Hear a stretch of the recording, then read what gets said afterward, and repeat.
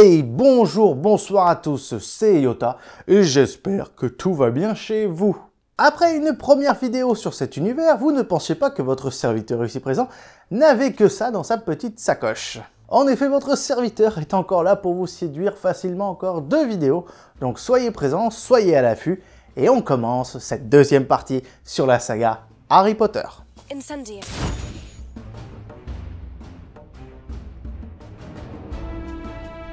Moi, je vais vous dire quelque chose, quand je pense à Harry Potter, je pense principalement au décor, qui est, je trouve, une arme principale du film. Ne serait-ce que déjà les décors en 3D, tels que le château, déjà, on va commencer par le château. Et pour le reste qui sont potentiellement non 3D, on a quand même énormément de choses. On en a pour tous les goûts. Des magasins de bonbons, des grandes salles, des jardins, des forêts, et même des chiottes, les gars. Des chiottes. Mais est-ce que vous vous êtes posé la question sur quel est le décor qui serait le plus grand de tous ?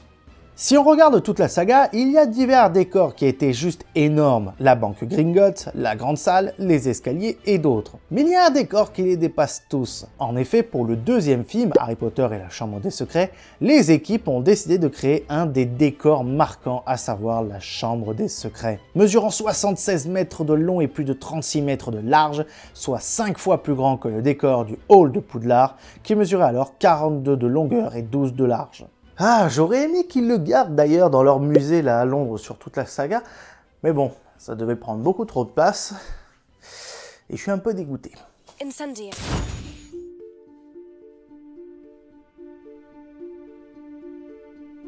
Dans le 6e volet, Harry Potter et le prince de sang mêlé, Albus Dumbledore donne des cours particuliers à Harry, afin de le préparer à son combat contre Lord Voldemort, interprété d'ailleurs par Ralph Fiennes. Durant ces leçons, le cultissime directeur de Poudlard montre aux jeunes sorciers des souvenirs concernant l'enfance de Tom Jedusor, qu'ils revivent dans sa pancine.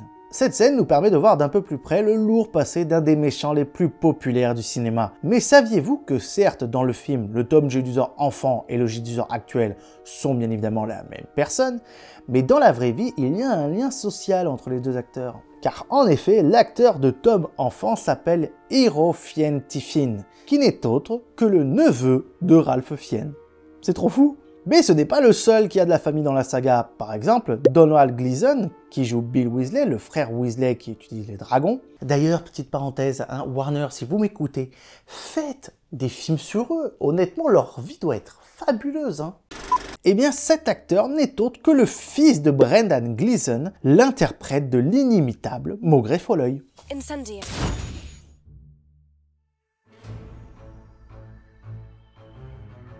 Quand je pense professeur badass, il y en a 3 qui me viennent en tête. Bon, bien évidemment, il y a Dumbledore et il y a Severus Rogue, mais il y en a une, je trouve, qu'on oublie un peu vite. Et elle s'appelle Minerva McGonagall. Et jusqu'au bout, l'actrice Maggie Smith a supporté l'intelligence, la sagesse et le respect sur son personnage de professeur McGonagall du premier au dernier volet. Et c'est dans les 2 derniers, je trouve, où elle a 2 scènes mémorables. Dans le vraiment tout dernier, où elle fait cette fabuleuse scène que je me souviendrai toujours. Pierre Totem Locomotor. Mais surtout avec l'avant-dernier, où elle affronte Severus Rogue. Et bah sachez que J.K. Rowling a dû se battre réellement pour garder cette scène. Steve Kloves, le scénariste pour l'adaptation du dernier film, souhaitait transformer la scène pour que ce soit un combat opposant Harry et Severus Rogue, pensant que l'impact serait plus fort. Cependant, l'autrice des romans a insisté pour que la scène soit conservée afin de montrer une autre facette de McGonagall, un professeur qui montrera son combat pour protéger ses élèves du mieux qu'elle peut et nous montre qu'il existe des gens bien partout autour de nous. Incendia.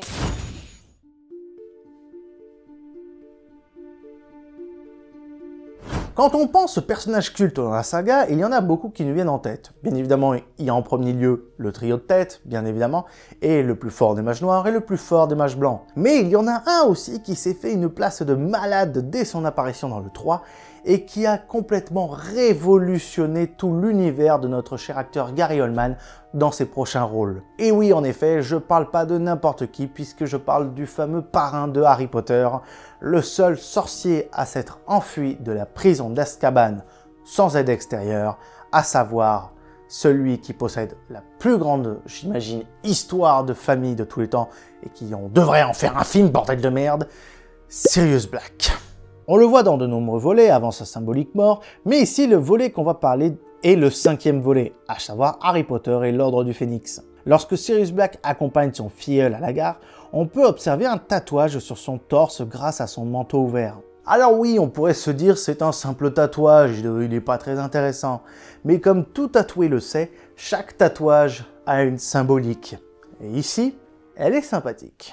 Le fameux tatouage, qui représente d'ailleurs un chandelier, est en fait, si on fait une petite recherche, un signe runique utilisé par des gangs de prisonniers russes dans la vraie vie. Celui-ci symbolise le fait que le personnage suscite respect et crainte. Un rappel permanent du temps que le parrain d'Harry Potter a passé enfermé à la prison d'Azkaban pour un meurtre qu'il n'a pas commis.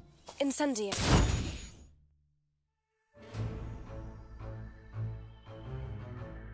Luna Lovegood est de loin le personnage le plus étrange, mais je trouve de loin le plus intéressant des personnages secondaires. Et l'histoire de son actrice n'y est pas pour rien.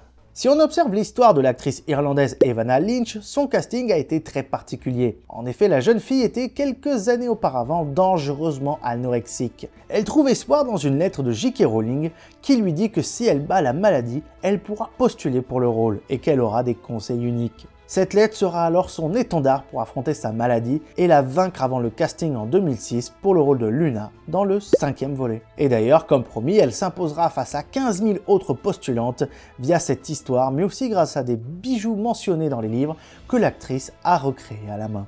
On le dira jamais assez, battez-vous pour vos rêves. Incendium.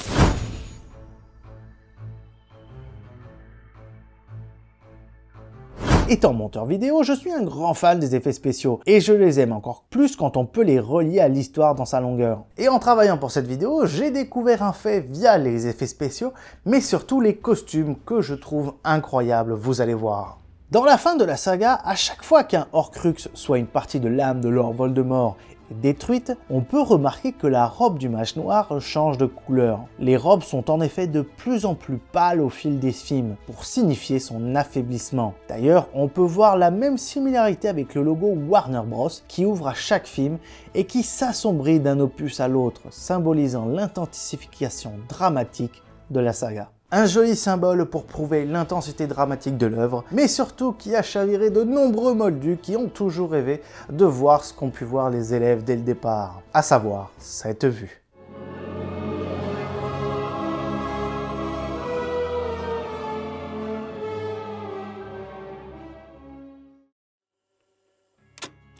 Voilà, c'est la fin de ma deuxième vidéo sur Harry Potter. J'espère qu'elle vous aura plu. Si vous êtes toujours là, n'hésitez pas à mettre un j'aime, c'est vraiment cool de votre part.